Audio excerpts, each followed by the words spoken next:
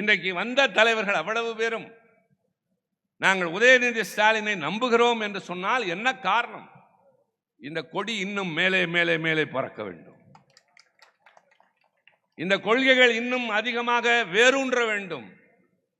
இதன் உணர்வுகள் பரவ வேண்டும். எத்தனை பட்டாளம் வந்தாலும் அதை தாங்கி நிற்கிற வல்லமை உண்டு என்று சொன்னால் எங்களுக்கு ஒரு தலைமை வேண்டும். அடுத்த தலைமுறையை வழிநடத்தி செல்லக்கூடிய தலைமுறை. ஒரு தலைவன் என்பவன் யார்? அவனுக்கு கட்டுப்பட்டு ஒரு கூட்டம் வர வேண்டும். மேடையில் ஏறி பேசினால் கட்டுண்டு கிடக்க வேண்டும். இவன் சொன்னால் எதையும் செய்ய தயார் என்று யாரை பார்த்து சொல்கிறார்களோ அவன்தான் தலைவன். பெயர் சூட்டிக் கொள்கிறவர்கள் மட்டுமல்ல, பட்டத்தை ஏற்றுக்கொள்கிறவர்கள் மட்டுமல்ல. நாங்கள் உதயநிதியை இளைஞரணிக்கு நியமித்த அன்றே நான் பார்த்தேன் புதிய இளைஞர்கள் பல பேரை. அவர்களுக்கு என் மீது அன்பு உண்டு, மாசு மீது பற்று உண்டு. இங்க இருக்கிற பலருக்கு நெருக்கம் இருக்கும், ஆனால் கிட்ட வர அஞ்சுவார்கள்.